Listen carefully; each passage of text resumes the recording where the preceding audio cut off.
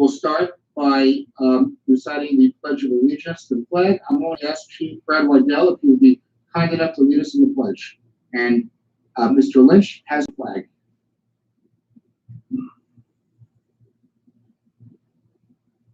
I pledge allegiance to the flag of the United States of America, to the republic for which it stands, one nation, under God, indivisible, with liberty and justice for all. Thank you, Chief. Thank I'll you. ask our town clerk to call the attendance. Councilman Juanito? Unmute. I'm here. Councilman Weiss-Mendel? Unmute. I see you here. Councilman Rossman? Here. Deputy Supervisor Charles? Supervisor Specht? Here. Thank you. At this time, we'll do the comprehensive plan update. Excuse me for 5 seconds while I turn the light on. It got dark in here.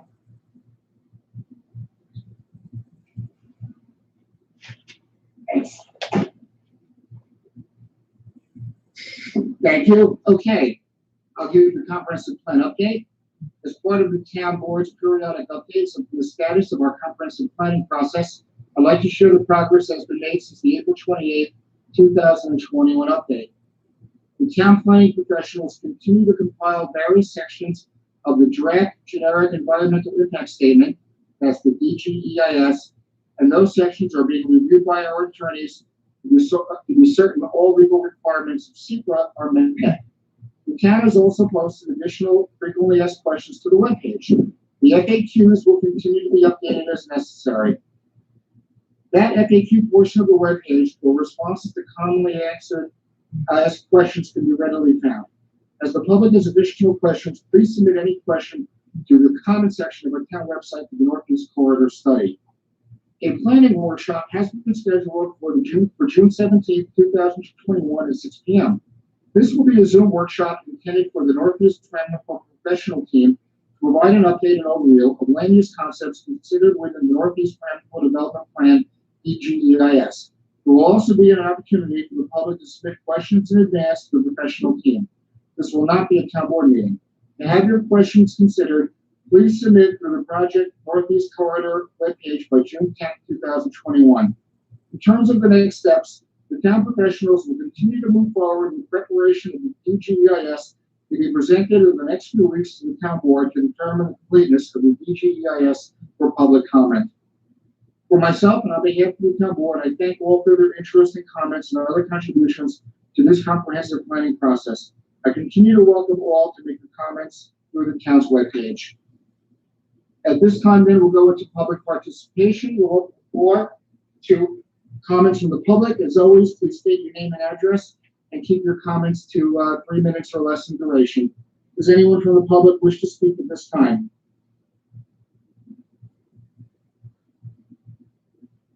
Mr. Supervisor, give us 1 minute. Mr. Grossmith, you're on. I'm on the mobile. If you could handle the public comment, that would be great. There are some people raising their hands, and I think there are some people that are scheduled to speak.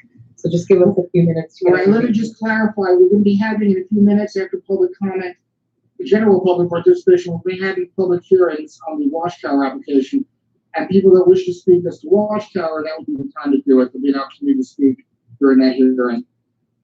Okay, I will, okay, I think I have this. I think I can do it on the mobile. Well, I'm not sure. Okay, let's try it. Give me 1 second here. I'm sorry. Oh no, if it's easier for me to do it. That would be great. That would be great, Harry. If you could handle that, that would be great. That's fine. Let's do this. You have 2 people raising their hands for public participation. Yep, I'm right now letting in the units. Mrs. Osharovich, are you going to? Yep, I got my timer. Okay. Okay. I'm gonna speak that one. So especially in light of the update, thank you. Name and address, please. All right, it's DeBoer Units, 5 Rose Space Hill Road. I just wanted to ask, many weeks ago when we were talking about the posting of the draft townwide existing conditions, there had been, there was an expectation set that there would be an update to that prior to your proceeding on the DGIS. I may have missed it, but I have not seen an update to it. And while some of the concepts will, be in this June 7th meeting, will you be providing just the update to at least that portion of the plan prior to?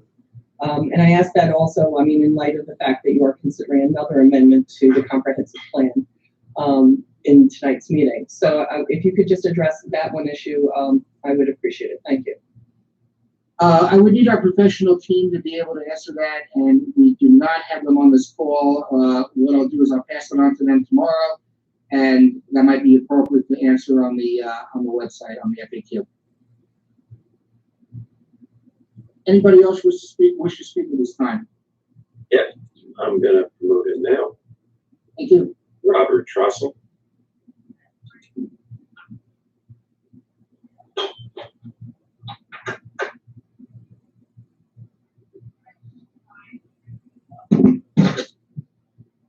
Hello, can you hear me? Hi, Robert Trussell, 45 South Mountain Road. I think we're all getting to know each other pretty well by now. No poems tonight, and because I had a tooth extracted 2 hours ago, so I'm a chipmunk. I wanted to follow up on the comments I made at the last meeting. I was asking specifically about where I could find plans or some of the options that were being considered for the Stryker property. I had read in the DGIS section 7.5 that it was being considered, the Stryker property was being considered for possible religious institutional use. And Mr. Weismandel said that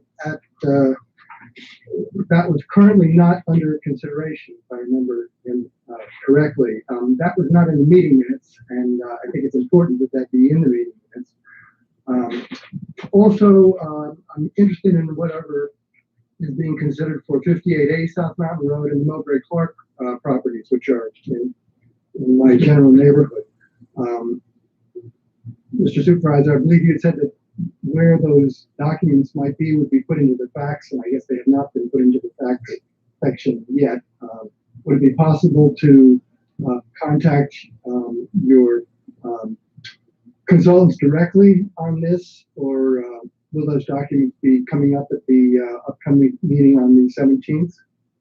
I will speak to the consultants tomorrow and see if there's anything that they could update to the FAQs at this time.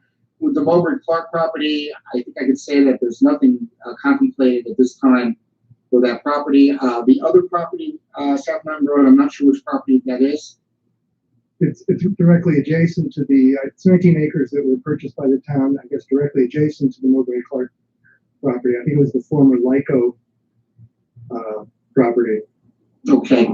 Yeah, again, I'm not familiar with any plans for that property at this time, but again, we'll pass that on to the professional staff, and they can give whatever, the response is. Great. Thank you. Thank you.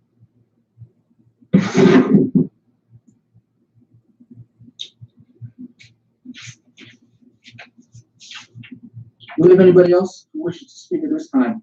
And again, we'll be having a hearing on the Watchtower applications. So if you only wish to speak about Watchtower, that'll be in a few minutes. Nobody else is raising their hand currently. Then in that case, I'll call for a motion to close public participation. Motion by Councilman Rossman, seconded by Deputy Supervisor Charles. All in favor? Aye. Aye. Any opposed? Any abstentions? By vote of 5-0, public participation is hereby closed. We'll go to item 2, which is public hearings. We have 3 public hearings for tonight for the same project. The first is on the EEIS for the Watchtower application. The second is for a proposed zoning amendment as described in the EEIS Appendix C for Watchtower. And the third is for a comprehensive plan amendment described in Chapter 2 of the EEIS for Watchtower.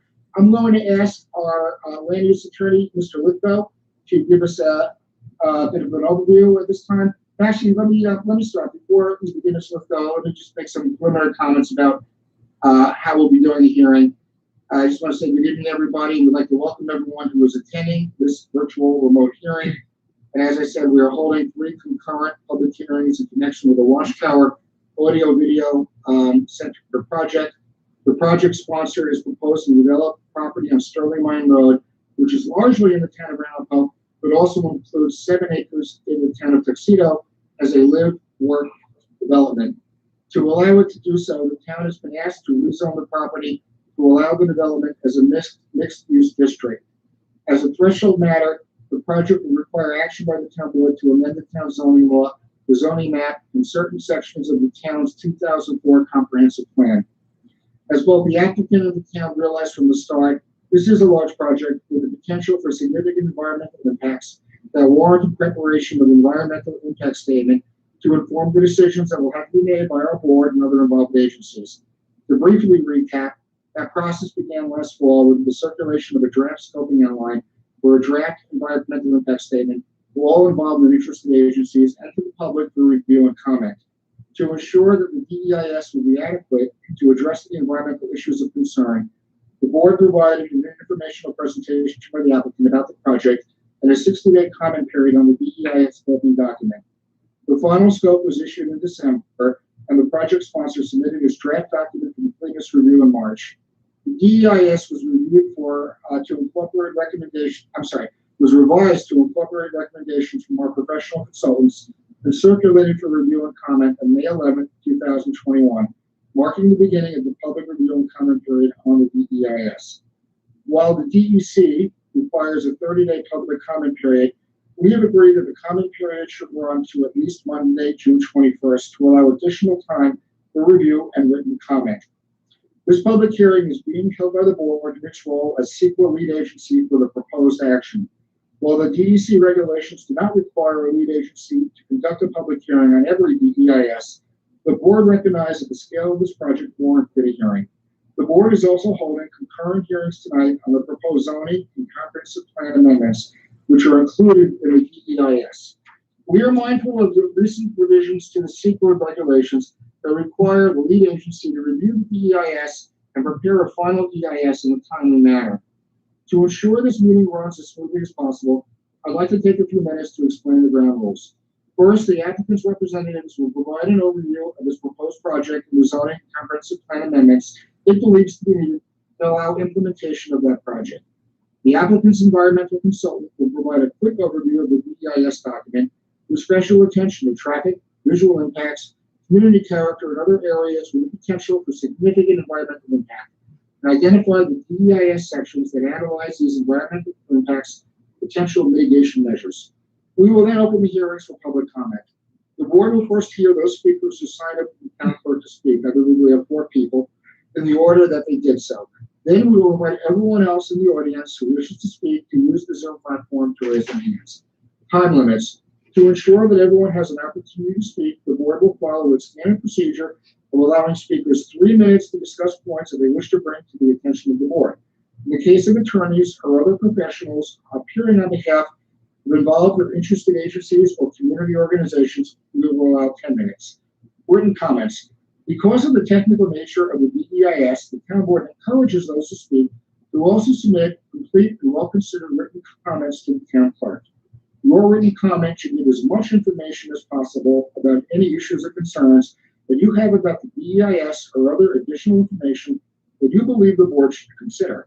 We will address your comments about the DEIS in the FEIS, the final environmental impact statement, as we move forward with the environmental review process, and also as we consider the comprehensive plan and zoning amendments requested by the applicant.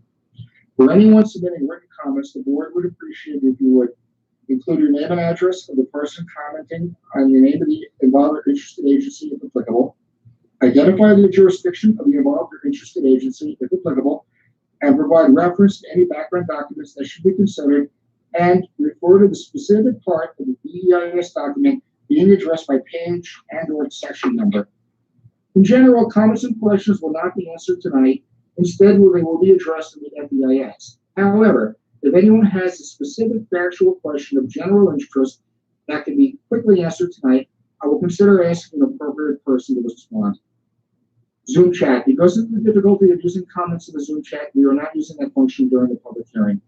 After all who wish to speak tonight have been heard, the board will consider whether to close or adjourn the hearing.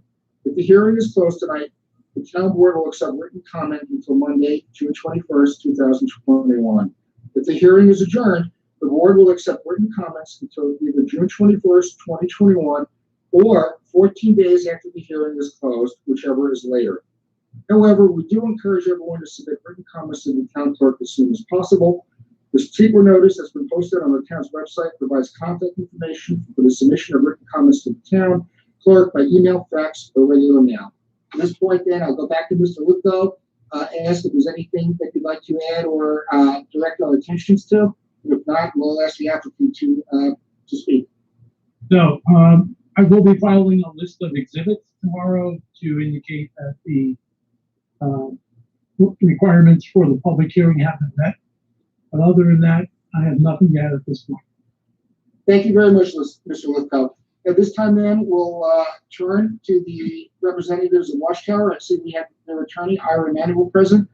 And I'll ask Mr. Emanuel, good evening. Would you wish to address us at this time? Thank you, Mr. Supervisor. Good evening. Good evening, council members. Good evening, members of the public. As Supervisor said, my name is Ira Emanuel with the firm of Emanuel PC in New City. And I'm very pleased to be here this evening to start this presentation for the public hearing on the draft environmental impact statement for this project.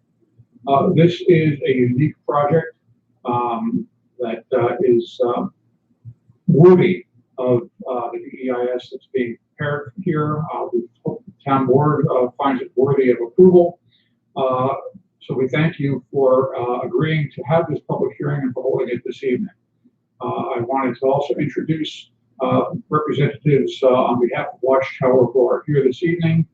Keith Cady, who is the architect of record, Matthew Mordecki, who is the CFO for the project. They are with Watchtower. Also, we have Dina Peak and Ashley Lee from AKRF, who are the project's environmental consultants and who did most of the work in preparing the DEIS. I also want to thank preliminarily, before we get into this, the town's consultants from George Lithgow and also the folks from Hardesty and Hanover, who worked very hard and worked with us very cooperatively to get the DEIS into shape so that it could be presented for review by the public this evening. The project is located, I'm sorry, I thought that the chat function was going to be turned off.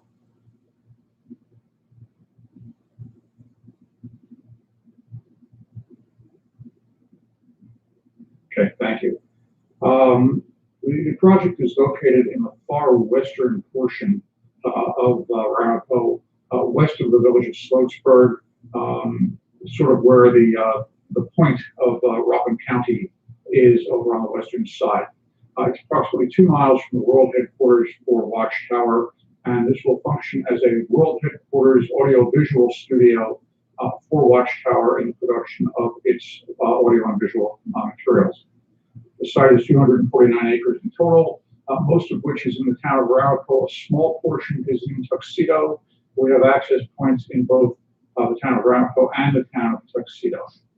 The site was previously approved in, I believe, 2004 or 5 for what's known as the Water Dam Project, which was an active adult community.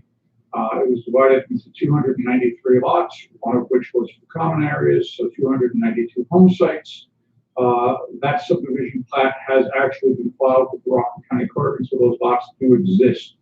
The project was never constructed, and this project that we're proposing this evening would take the place of that.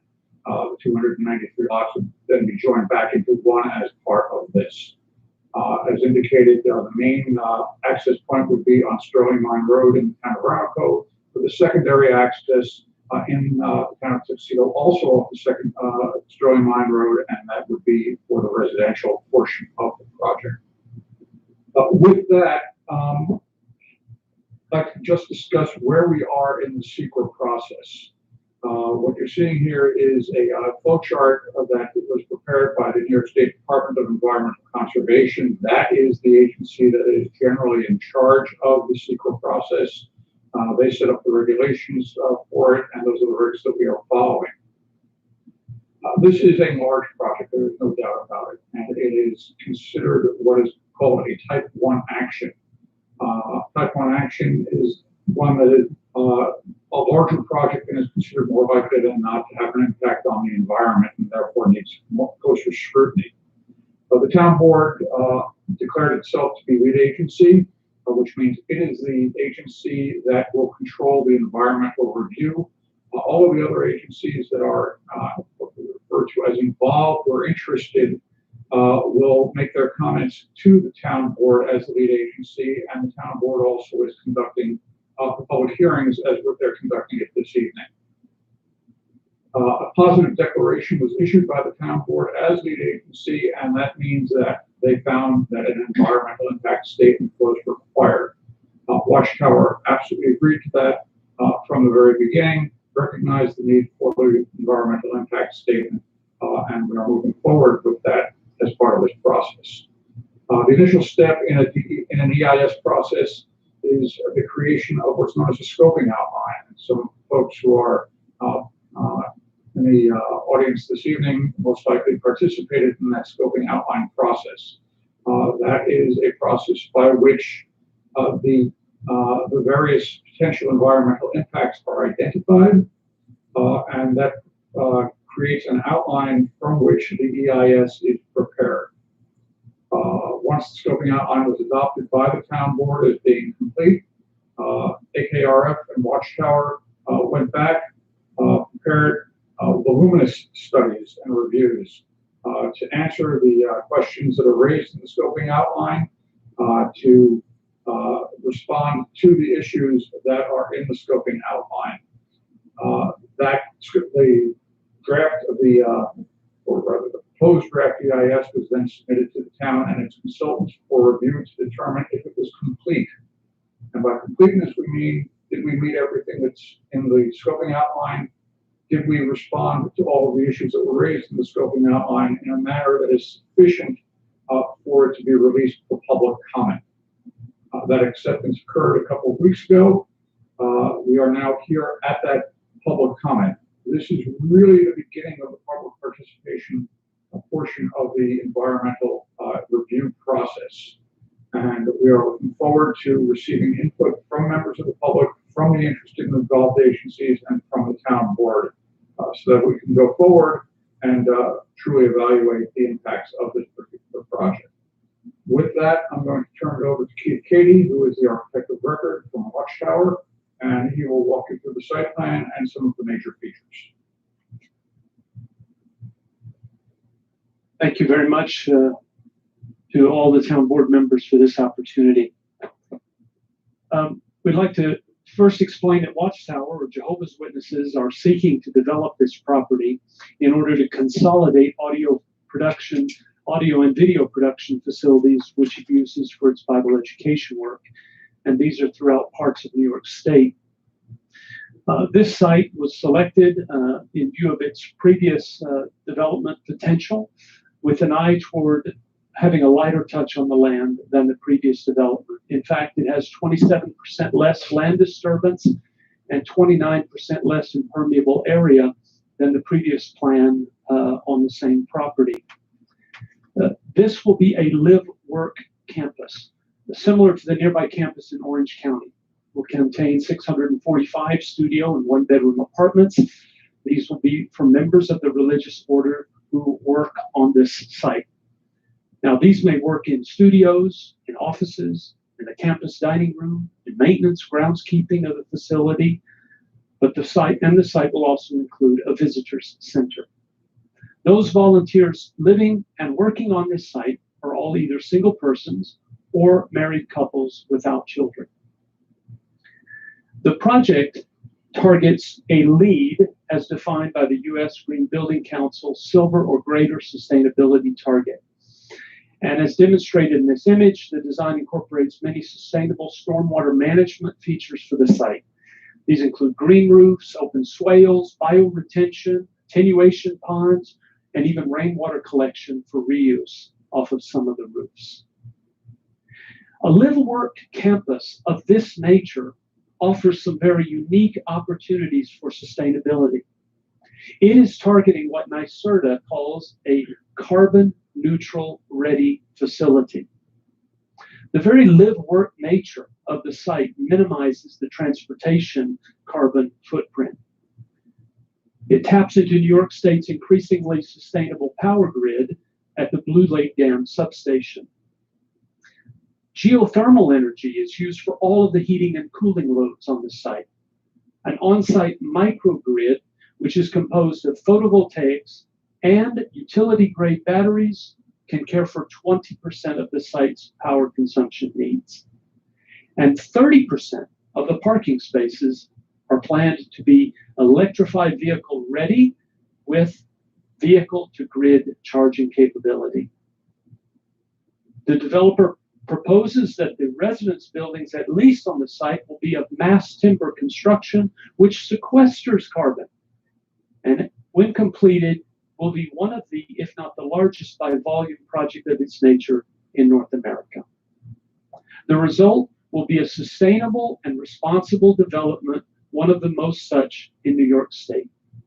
In fact, Patrick Fitzgerald, who's the senior project manager for the New York State Energy and Research Development Authority, or NYSERDA, mentioned in writing that he commends the project team for going above and beyond in their thoughtful planning. Their collaboration with the local utility service provider ensures benefits to the grid as well as their development plans. It shows a commitment to supporting state emission reduction goals and will help achieve the mandates outlined in the Climate Leadership and Community Protection Act, including 70% renewable energy generation by 2030. The next slide shows an aerial view of the site with sound stages in the foreground. The next, the visitor center. The next, the site dining room and assembly space. Next is the office building. It is recognized that there will be times of the year in a leaf-off scenario where these buildings will be partially visible from the main road and from our neighbors. Therefore, care and attention has been made to use materials that reflect the autumnal nature at that time of the year of the site, reflect the verticality of the beautiful sterling forest in which the project is located, and use colors which are conducive to the environment. The next slide shows the residence buildings centered around some of the existing wetlands that are being protected and retained on the site. And the next slide shows even the residential parking garage using some of these same design elements in the facade of this structure. Thank you very much for the opportunity to just share a few of the points of this project, which we are very proud of. And we now pass on to Ashley Lee. Thank you, Mr. Katie. The DEIS conforms to the scoping outline adopted by the town board on December 10th, 2020. It considers the impacts related to land use, zoning, and public policy, which I will discuss further shortly. In addition, it characterizes existing geology, soil resources, topography, and steep slopes within the project site. The natural resources chapter describes the plant and animal communities and habitat types that occupy the project site and the potential impacts to those resources from the development of the proposed action. Impacts from construction and operation of the proposed action to vegetation, ecological communities, wildlife, threatened, endangered, and special concern species, as well as significant habitats, were assessed by considering land clearing, forest fragmentation, visual and noise disturbances, and post-construction habitat restoration. The DEIS also assesses the potential for the proposed action to affect water resources, such as wetlands, surface waters, floodplains, and groundwater on and within the vicinity of the project site. As Keith mentioned, the proposed action includes extensive green infrastructure practices to manage stormwater, including green roofs, fire retention facilities, and open channel dry swales, all of which are described in the DEIS. The DEIS includes an extensive analysis of visual resources and community character, which I will go over more shortly. As documented in the DEIS, the proposed action is not anticipated to affect local community facilities. It includes its own ambulance service, health center, and fire brigade. Similarly sized Watchtower facilities elsewhere in New York State generate very few calls for service and at a rate significantly lower than the general population.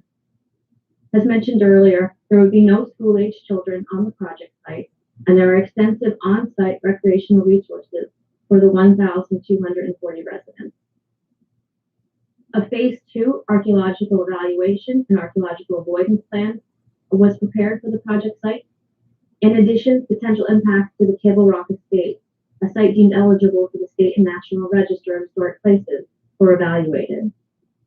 The New York State Historic Preservation Office has determined that the project did not have an impact on historic or cultural resources, and that letter is included in the DEIS appendix. The proposed action would require extensions of water and sewer to the project site, which is evaluated in the Infrastructure and Utilities chapter. These extensions will be implemented by the project sponsor. The DEIS includes an analysis of traffic and transportation, and I'll go over that more shortly. The DEIS documents the potential noise and lighting impacts of the project. The project would comply with all local noise ordinances, and the lighting is designed to be dark sky compliant. The DEIS includes an analysis of the potential socioeconomic impacts of the project using an impact analysis for planning input-output model. The model estimates both direct or on-site economic benefits and the direct and induced benefits to the region. The proposed action would result in approximately $23.64 million in direct output, which includes spending and employee compensation within the town of Ramapo. In addition, the proposed action would generate approximately $1.5 million in direct and induced tax revenue for Rockland County and local jurisdictions, and an additional $0.87 million for New York State. A construction phasing plan is included in the DEIS, and construction of the proposed project would begin in late 2021 and conclude by 2027. Lastly, the DEIS considers the use and conservation of energy and sustainability. The proposed action includes a new MU3 zoning district, which is designed to protect viewsheds and ridgelines, minimize development footprints and impervious surfaces, and includes strict performance criteria. As shown in this image, the zoning includes ridgeline protection provisions that would prohibit development from extending above 800 feet above mean sea level. The ridges on the project site rise to approximately 860 feet in elevation. Other performance criteria include a 200-acre minimum lot size and access from a state or county road. The proposed action includes an update to the 2004 comprehensive plan. The proposed changes would remove references to the former Lauderdale project. Otherwise, the project is generally consistent with the 2004 comprehensive plan. We understand that the town of Ramapo is currently updating its comprehensive plan, but the timeline for Western Ramapo has not been established, and updates over the past 55 years have been at 11, 12, and 15-year intervals. And the most recent update was approximately 16 years ago. As such, the proposed action is being progressed independent of a new comprehensive plan. However, we did look at the development potential within Western Ramapo. As shown on this slide, there are very few opportunities for new development in Western Ramapo. The red parcel is the project site. The light pink parcels are private land that is either built out or not developable because of conservation easements. And the green is public land. The remaining parcels in purple are the private, undeveloped, or underdeveloped parcels that have development potential. The visual impact analysis included in the DEIS is based on... I'm sorry, let me just interrupt you for one moment. Despite the fact that we mentioned that we are not going to have chat functionality in this, there are some individuals that are repeatedly posting messages in the chat area to the board, making comments about the application and the applicant. That has to stop immediately. Everybody will be given a chance that wishes to do so to speak during public participation, but there will be no further chat comments in any direction about this project or anything. I'm going to ask the Zoom administrator to remove from this meeting anybody who continues to do that after this morning. Thank you, and please continue. So the visual analysis is based on DEC's program policy document titled Assessing and Mitigating Visual and Aesthetic Impacts. To conduct this analysis, the project team screened for theoretical potential visibility within a 5-mile radius of the project site using an Esri bare earth model. Following this initial screening, a detailed analysis of 43 discrete viewpoints was conducted using a 3D model of the project site, LiDAR data, ArcGIS Pro, and line of sight profile graphs. Site visits for field verification were conducted, and photo simulations were prepared.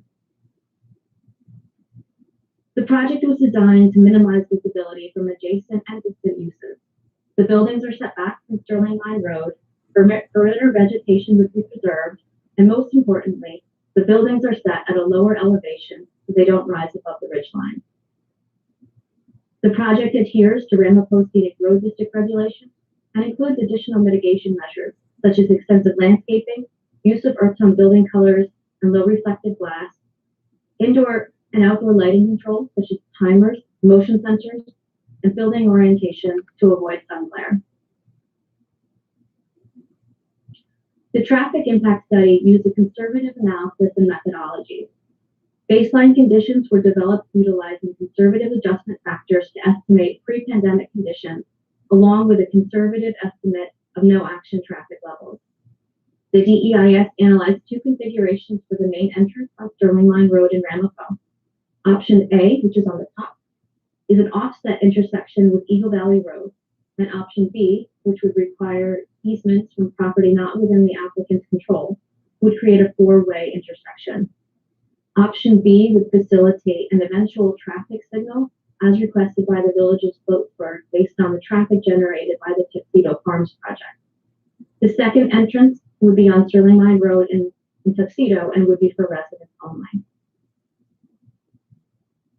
Lastly, the DEIS includes an analysis of 6 different alternatives. The no action alternative is the project site remaining in its current state. The build out under the existing zoning is the Loader Dam project, which would be more visible from off-site locations due to its greater extent of clearing and grading on the ridge. Similarly, the build out under the RR80 alternative would likely involve more clearing on the ridgeline as well.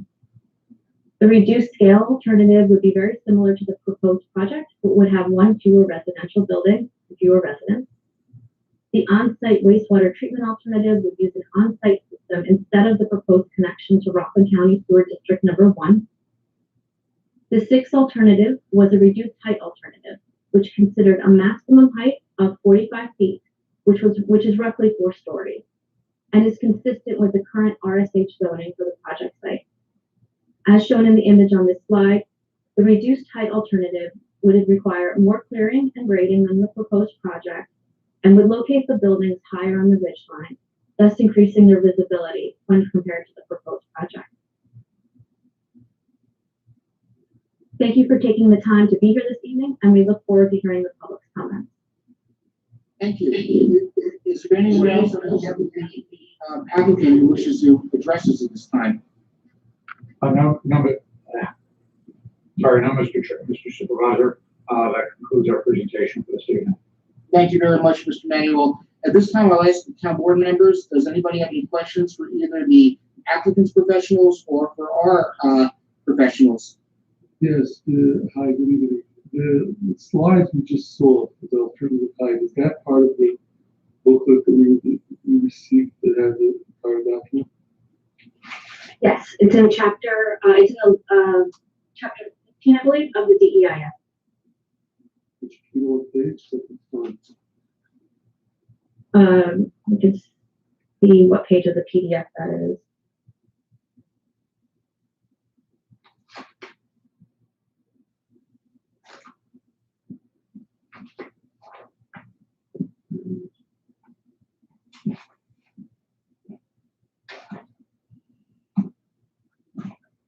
It's page 411. Thank you. Thank you. That's it. Thank you, Councilman Weisman. Any other board members? If not, I'm prepared to open this up to public comment. We have 4 people that did register in advance, so we'll call those in order, and then we'll open it up to the public that are here. First person that I'll ask if they wish to speak is Rick Fearon. Yes, sir. Thank you very much. Thank you very much. I wanted to come in here tonight. I am from the neighboring state of Massachusetts, and I love the area you folks have up there. It's beautiful. I've been up there a number of times. And This meeting is being recorded. To the panelists. This is very good. If we could just unmute Mr. Fearon. okay, I'll do that now. Or I think you might have to unmute himself. There you go. All right. Well, I'm coming in here tonight. I want to let you know I'm coming in from the neighboring state of Massachusetts, and I'm so glad to be able to speak up on your forum tonight. And I really appreciate the opportunity to speak to the people of Orange County and Ramapo, and as well as Rockland County. I'm here tonight not to talk about the environmental impact. I know you folks got that down pat. You've got engineers studying it. But I'm here tonight in an effort to alert the neighbors of the Watchtower proposed complex. I want the neighbors to be do they really know who the Jehovah's Witnesses are? Mr. Supervisor, I'm going to object to that kind of input. We are here for a DEIS and for comments on the DEIS. Sir, I'm concerned. I'm concerned about the neighbors. You have some. Hold on a moment, Mr. Fearon. I'm going to ask our attorney, Mr. Lithgow, to weigh in. I believe I would tend to agree with Mr. Manuel, but we will be guided by your advice to us. I agree that this is not part of the environmental impact hearing. This is information which is Mr. Fearon's perspective on the Watchtower folks, and it's not something that's within the subject of this hearing. I just thank you, Mr. Lithgow. Mr. Fearon and anyone else who wishes to speak on a similar subject, you're very welcome to speak on the issues that are before us tonight. But as our attorney has said, anything about the nature of Watchtower or their beliefs or their practices would be inappropriate for this forum. It's not what's before us. It's not something that we have any legitimate governmental concern over. I believe, I remember from law school, and it was many years ago, but if I remember correctly, a religious organization's theology and beliefs and practices are not appropriate for government scrutiny. We can make a decision based upon whether we like or don't like or agree or don't agree with a particular religious philosophy or practice by any group. And again, I'll ask my attorney, our attorney, Mr. Lithgow, if I'm stating the law correctly on that. You are correct, Supervisor, and it goes even beyond that. Zoning is concerned with the use of land, not with the nature or characteristics of the owner, which is what it appears Mr. Fearon wants to address.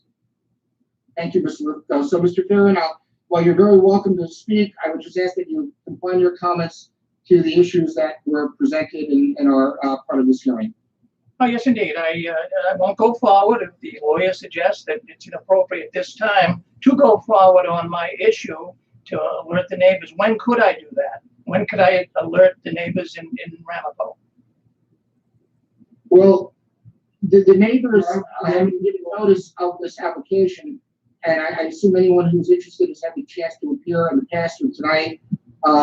This has been the subject of a news story. So I don't think there's any issue that people have been told that this is a proposed application. But this is again, I'll refer to our staff. This is a public meeting, right? Did you invite the public in if they had concerns about what was happening? This is open to the public. It was public notice, and we have many members of the public that are about to speak. There was no. But again, this is a meeting. This is a meeting on a draft environmental impact statement, a proposed zoning code amendments, and comprehensive plan amendments. It's all we have, both the jurisdiction and the inclination and interest and ability to hear tonight. So if you don't have anything further on those issues, I'll say thank you for coming here, for appearing, and we'll move on to the next member of the public who wishes to speak.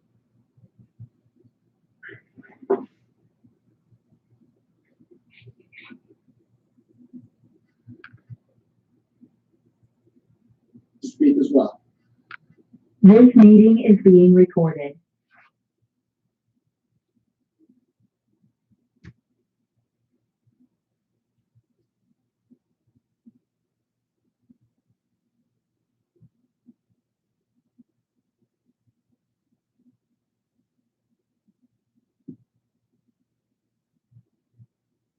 I don't want to speak tonight. I'm sorry, you do not wish to speak, Mr. Steele? That's correct. Okay, well, thank you. We'll go on to the next person who signed up in advance, and that would be John Banyo.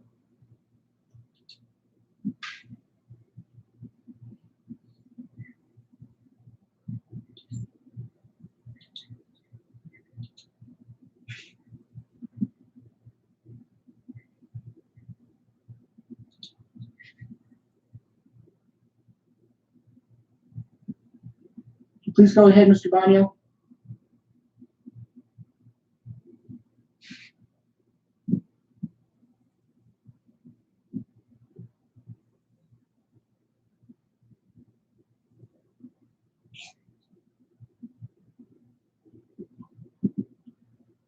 Mr. Banyo, can you hear us? I can't hear you.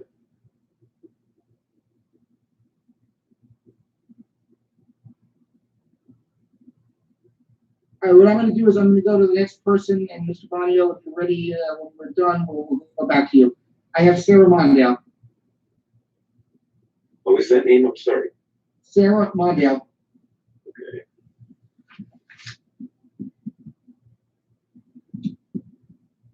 This is Supervisor, while waiting, where we're getting the numbers, the booking guide is not numbered that way. It's numbered by chapter and number. It's only with that action. It's on page 15-18. Thank you. Is it Mondale? And, Mondale. I don't see that name unless. All right. I see Mr. Banyo indicates connecting to audio, so if he's ready, we can go back to him. And if not, if there are other people present who haven't signed up in advance who wish to speak, we'll give them the opportunity now.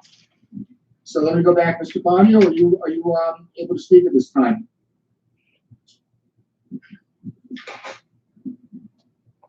All right, I'm going to open this up to the public at large then. And Mr. Grossman, if you could let me know if anyone is indicating from the public that they wish to speak who hasn't spoken yet. We have several hands raised. I'll bring them in one at a time. Thank you, sir. And again, I'll ask everybody to start off by giving us your name and address, and keep your comments to 3 minutes, please. Robert Trussell. Hello again, Mr. Trussell. Hi, go ahead. Robert Trussell, 45 South Mountain Road, New City, New York, town of Ramapo. I've just begun to go through the DGIS. It's a massive document. First, I'd like to compliment the architects on an incredible job incorporating all of the current issues about sustainability and everything else. It's really, I was a builder, so I understand what has gone into this. I do have a couple of comments. My first comment to the board is that a project of this magnitude should really not be approved until Ramapo updates its overall comprehensive plan. I'm concerned that this sets a bad precedent to approve a project of this magnitude without having a new comprehensive plan. It's just not good policy. So also looking at some of the specifics of the plan, it's a big document. Couple things that jumped out at me. One, there's indication of timber rattlers on the property, and these snakes are going to be protected by doing certain work between November and March, which is when the snakes are denning. They're dormant. However, another part of the DGIS talks about blasting, and if you're going to be blasting massive amounts of rock in the middle of this area, doesn't matter if the snakes are sleeping or not, they're going to be disturbed by it. I think this is a big issue. Secondly, the DGIS talks about doing 200 water source geothermal wells. I've put in many geothermal projects. These are water source wells. They're not closed loop wells, they're water source wells, which means they're drawing water out of the aquifer, which will have an impact on the overall water level. Even if the water is being returned to the source, it's heating up the water. I don't know if that many wells, I don't know what the impact of that would be. These are 500-foot deep wells. And I'm concerned about the disturbances to the aquifer. That's all for now. Thank you, Mr. Trussell.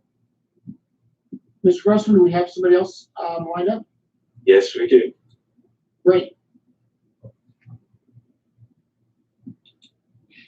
Next person is Linda Ackerman. Please go ahead, Ms. Ackerman.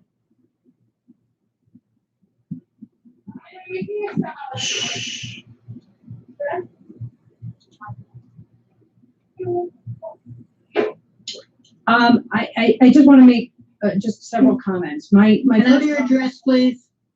245 Woodlands Drive, Tuxedo Park, New York. Thank you.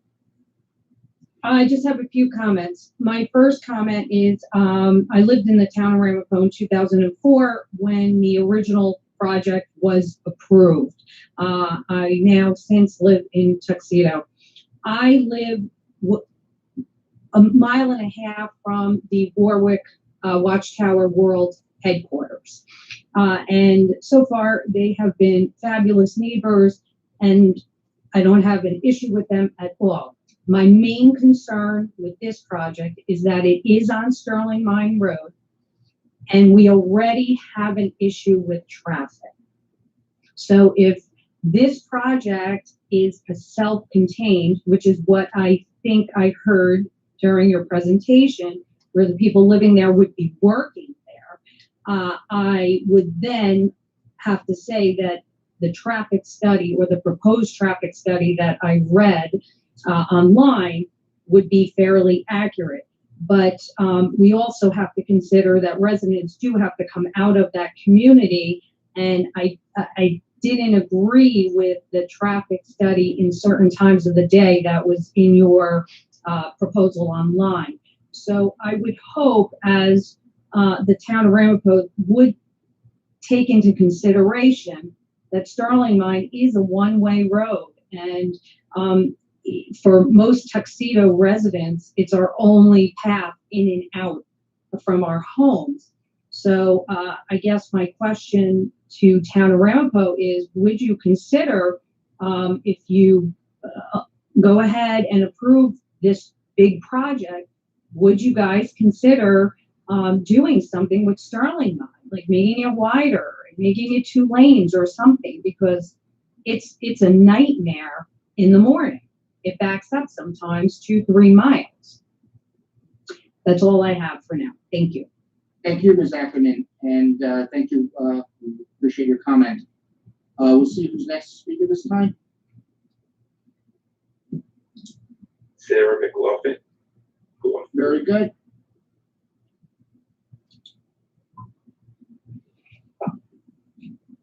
Here.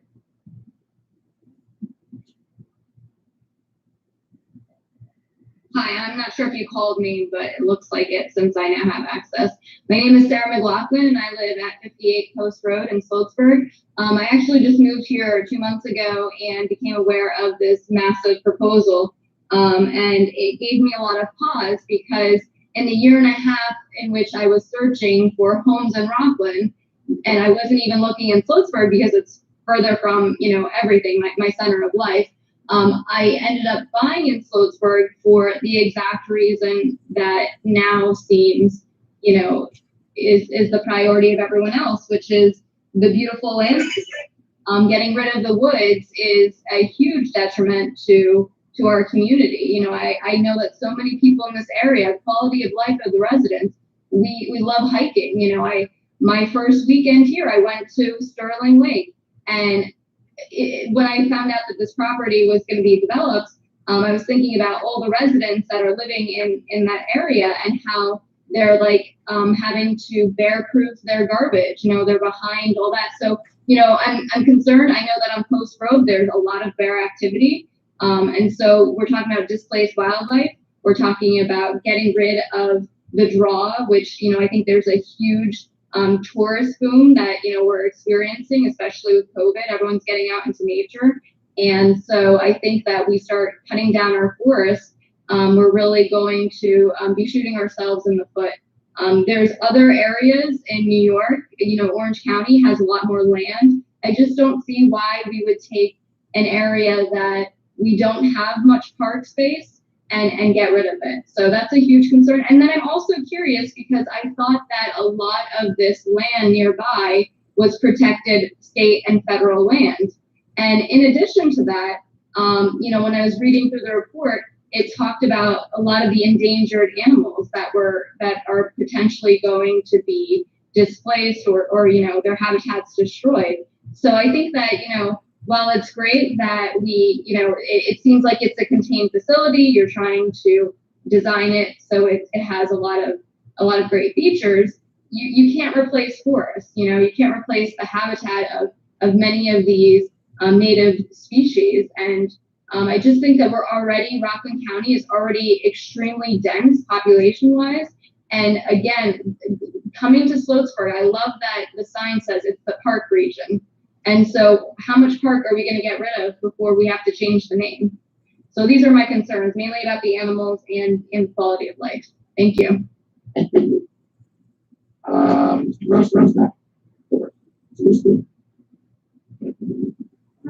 Supervisor, your mic's not working. No, sorry about that. Okay, sorry, I did not hear my name announced. I was on mute, sorry. Yeah. So it startled me. Deborah Munitz, 5 Rose Hill, representing Rosa, and we had submitted comments in October for the scoping hearing. I just want to say up front, the DEIS is a professional document. It was a pleasure to read actual details after so many other documents that I've read in the town of Ramapo. Our key concern is more with just section 2, the public policy section, and how, at the end of the day, it is as important how this is approved as the final approval is, because that sets the stage. It's not just about the Watchtower, but it's really about how development and planning occurs in Ramapo. So a lot of these comments are really aimed more towards the responsibilities of the town board in addressing important issues that are raised. So the final scoping document did not actually answer or address many of the questions and comments that Rosa raised, and paid a professional planner to work with us in making sure that it was on point, so that it would support the analysis that was necessary. Some of them obviously were incorporated, and we thank you for that. For the comments and questions that were not incorporated, I did not find any reasons in the final scoping document. I expected to see that in the DEIS. I did not see that in the DEIS. So the first question we had is, can we ask the town, I believe, because the town was responsible for accepting this as complete, as to why were some of our questions and concerns not incorporated. I mean, it would be easy enough to go through the document and just, certain things were incorporated and many were not. So that was the first question. The second question was, and this is a question we ask for a lot, it's, the town is spending money on the town planner, or should be spending money on a town planner, to represent the residents at large and to review these things. I have not seen anything posted, to the Watchtower page related to any professional reviews from the town planner or any other town professionals, engineers, likewise, architects, assessor's office, with respect to the proposal. I think it's great that you put the comments out in June, which is because it is very substantial, but we are asking, as we have in the past, that the town take the responsibility to get professional reviews done, that the people of Ramapo have an opportunity for at least a week to be able to see before our final comments are due. We wanted to ask that if the documents and everything else, doesn't address, the comments that we made before, we ask that the town planner or the town board, or whoever it is who's we'd like to actually know who is it on the town's staff, who is responsible from a town perspective for this application, which actually is two of the actions tonight are town actions, and one action, the site plan, is for the Watchtower. And so, the big concern is that, they're kind of being done together, and it makes it very muddled and it makes it very difficult. So you have a lot of almost circular references because there are instead of sort of going through and making a proposal that came from the board and from the town residents at large, you have them coming from, the applicant without having those meetings that are normally done. So I want to just go through the comp plan amendment. The amendment to the comp plan wasn't part of, the FAIF. It wasn't part of the POS deck. It wasn't part of the draft scoping. It was added after the fact. And so there's a description in section 2, I believe it was. I'm sorry. I can't hear you, Michael. You're no, you're garbled. Okay, yes. Basically, the time is up. Oh, I'm sorry. I thought that we had 10 minutes. Can we basically have 10 minutes? I mean, there's usually you get 3 minutes for each topic. I mean, this is a very big project. We keep things on issues. So I would like to have the 10 minutes that you offered, if you don't mind. Can I continue? I'm going to try to keep it on time. And Michael, there's something wrong with your microphone. I'm sorry. I understand you at all. I'm sorry. What I wanted to ask is if the town could take responsibility under Town Law 272A, you're supposed to have a public hearing, for public on preparing the actual amendment to the plan. So we have a request from the applicant as to what they would like to see in an amendment to the plan. Obviously, the town promised in 2018 that there would be charrettes for Western Ramapo. And even if the town is not prepared to do an entire comp plan, we're asking that the town at least follow through on its promise for a charrette period for Western Ramapo, and to at least do the beginning of, talking to, the residents in terms of, what are the residents' concerns and aspirations that are, for the area overall and not just for this one project. And I think that would actually serve, the Watchtower in the end, because it's not that it's a bad site plan. I don't want to say that, but I do think that it needs to. It's just where we are with the comp plan. And there's no limit in time for the comp plan. So I just want to make sure that since the site plan DEIS is dependent upon, a local law that has no time limit and on a comp plan amendment that has no time limit, I just want to make sure that we're not rushing it. And I do appreciate the time built into the process, but, I think that there's still parts of the process that we're missing. And we're asking that the town board revisit this. Mr. Weissman will raise this issue in the July and August meetings of last year. And the town has not, the town promised that they would have discussions about how this was going to jive with the overall comprehensive planning effort. And then it has failed to do that. And that's not the fault of the applicant. That's something that the town should be looking at. With respect to the MU3 zoning, similar. Sorry, Ms. Ashroder, are you indicating how much time is Yeah, it's about 12 minutes ready. Okay, that's ready. I apologize. Thank you. That was the Thank you very interruption. much. Let me just make this one comment. 20 seconds, and then we're going to go on. I'd like the town to think about, and maybe tonight discuss the ASH zoning, which is kind of similar, is limited in size to 12 acres. In many ways, there are a lot of similarities. It requires a special permit. Here you have something with a minimum size of 200 acres. I think it's imperative for the town to actually think about the relationship between these two zoning districts and address, why is there a maximum for one, a minimum for the other?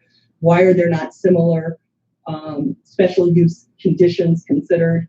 I really think that the town needs to do their own homework on the MU3 before we move forward. We'll reserve the rest of our comments for written comments. Thank you. Thank you very much. Mr. Grossman, do we have anybody else who wishes to speak at this time? Yes. Mr. Supervisor, there's one person. I'll elevate him. Thank you. If I can. Harry, are you still there? Yes, I am. So I don't have control. That's why I think Mr. Grossman has to do it. Yeah, we were working out that as we spoke. Very good. I just added him or her, AJ Senior. Okay. AJ Senior, if you can give us your name and address.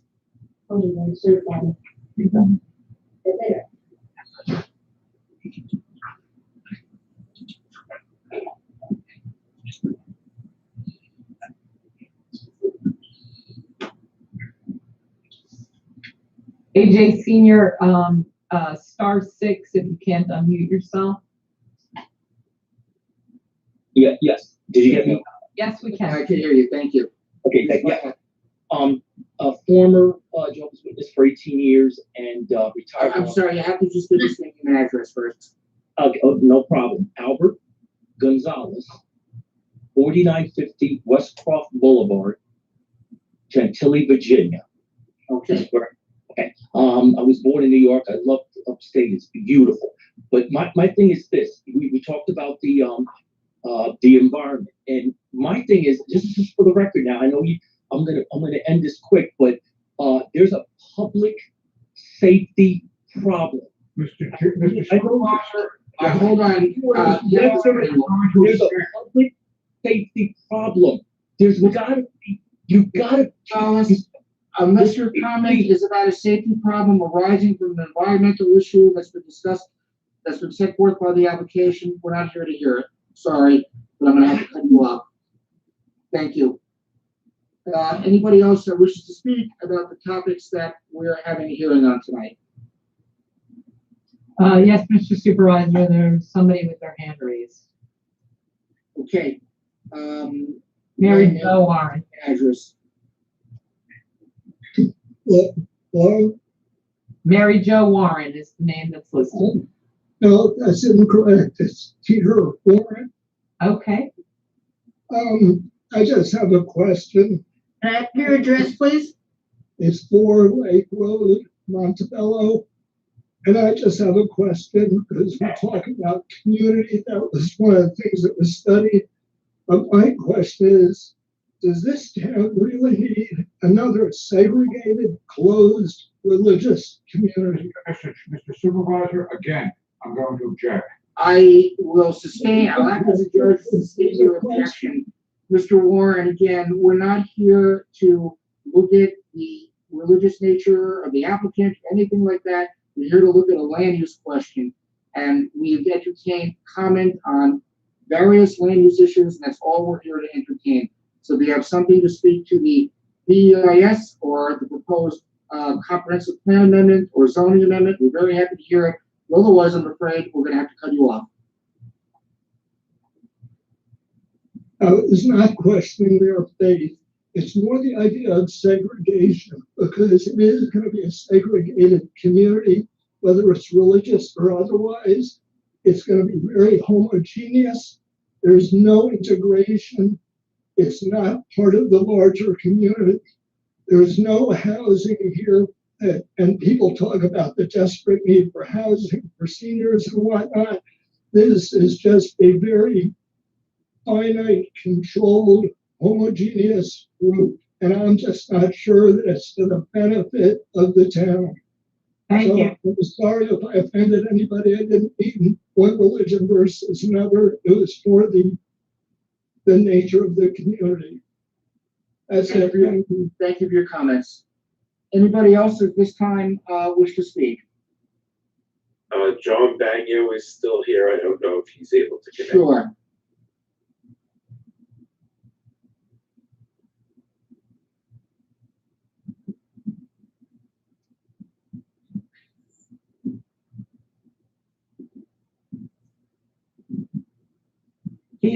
Mr. Supervisor, if he were able, he would be able to be speaking. So I think you should now at this point move on. Very good. Anybody else? I'd like to make a motion to close the public hearing. I think there's one more. One second, Harry, do you see one more?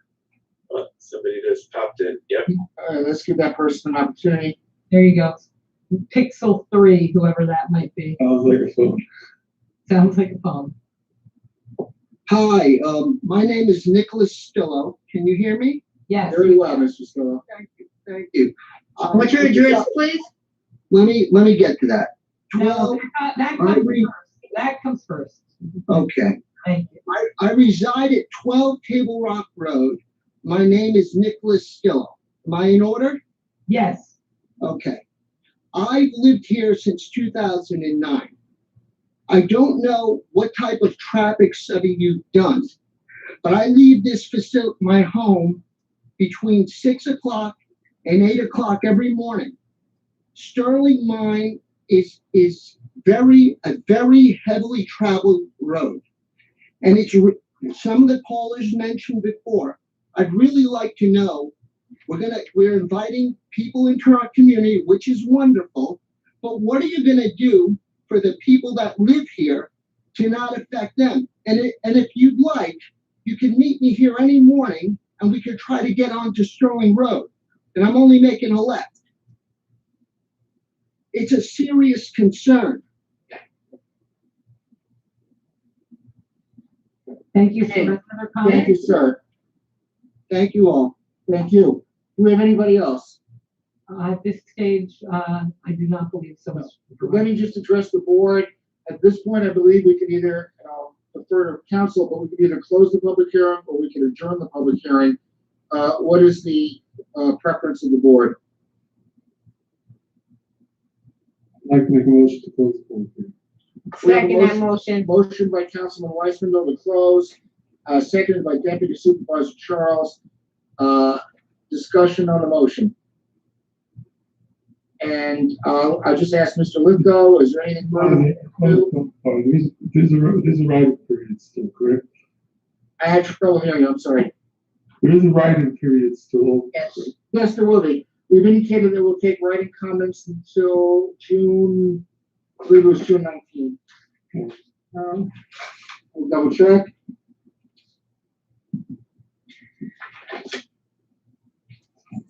June 21st. June 21st. So obviously everybody is welcome to submit comments to the town clerk's office by no later than June 21st. By the close of business by 4 o'clock that day. Thank you. So this time we have a motion to close. We have a second. Any discussion? If not, I'll call the question. All in favor of closing the public hearing? Aye. Aye. Anyone opposed? Anyone abstaining? By a vote of 5-0, the public hearing is hereby closed. We'll accept written comments until 4 p.m. on June 21st, and we'll have further progress at that time. I'll just mention both to our professional staff and to the applicant's professionals. Obviously, you heard some comments that were relevant to the issues, the environmental issues, particularly the question of traffic on Sterling Mine Road. So we would hope that between our professionals and the applicant's professionals that you can tell us how that will be further addressed. Okay. Thank you, Mr. Supervisor. Thank you, members of the council. Thank you, everybody. Thank you very much for your presentations. Thank you to the members of the public who spoke. And at this point, the hearing is closed. Thank you all. Supervisor, if I could just request information for Agenda 6 be sent to us, because whatever's in the book, because it doesn't represent what was on the slide. I'd just like a little more information on that alternative. Okay, so we'll ask that the applicant's professionals provide. Thank you. Very good. Thank you. All right, very good. Thank you, everybody. We're going to move along. Agenda. Thank you. We're going to go to item 3, which is acceptance of the minutes of the regular meeting that was held last week, May 20th, 2021. Well, motion by Deputy Supervisor Charles to accept the minutes. Seconded. Is there a second?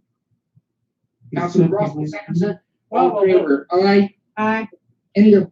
We'll leave it there. They're done talking about the Watchtower, but that's fantastic that at least we had a chance to sneak in there. I mean, I tried to do it as diplomatically as I possibly could. I wasn't being rude, but, I wasn't going to talk about the environmental impact of it all. I just figured that the residents have the right to know about the Jehovah's Witnesses. I mean, if you were going to have a prison put on your neighborhood, and the people came in and said that, there's some pretty vile people in that prison, I believe that that has an impact on the residents. So, they wouldn't let me talk. And then 2 other people called in with their concerns, negative concerns about the Watchtower. They wouldn't let them talk either. So what I'm going to do on this YouTube video is I'm going to give the address. They say we can write up to June. I forget what date they said, but we can write a letter. So let's write a letter. And I'm definitely going to send the Six Screens protest team. We'll be going up there. We'll do a live YouTube video. We'll do a live Facebook. And we'll have our YouTube, we'll do a protest up there in Ramapo. Let the people know. We'll bring some big banners up and stop this mega center. The way that I look at it, friends, this mega center, where they're going to produce all of these videos, this is the Watchtower's last-ditch effort to stay afloat. They need this. Their normal way of conducting their ministry, door to door, meeting in kingdom halls, it's over. Stick a fork in that. Take it off the grill. It's cooked. The only avenue they have of survival is to get this media center built. Now, there were some people opposing it for traffic issues and what have you. But the people in Orange County, they need, as well as the people in Ramapo, they need to know who the Jehovah's Witnesses are. They're going to let this giant complex, 1,000 people a day visiting, and these people are hiding pedophiles, but I couldn't get that even in. They shut me right down. And he wasn't even a Watchtower lawyer. He wasn't. And you would think that he would be thinking there in the best interest. I wasn't uncivil. I wasn't rude. I was as nice as I could be. I just wanted to explain to him that the people have a right to know this is a cult. Now, I wasn't even going to mention the word cult. I was just going to mention that, you know, they are in the national headlines. They've been in Newsweek. They've been all over television programs, Oxygen Network.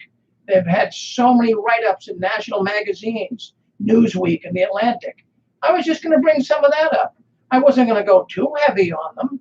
And I only had 3 minutes. I don't think I even got a minute in. They shut me down before I even started. I think they recognized the name.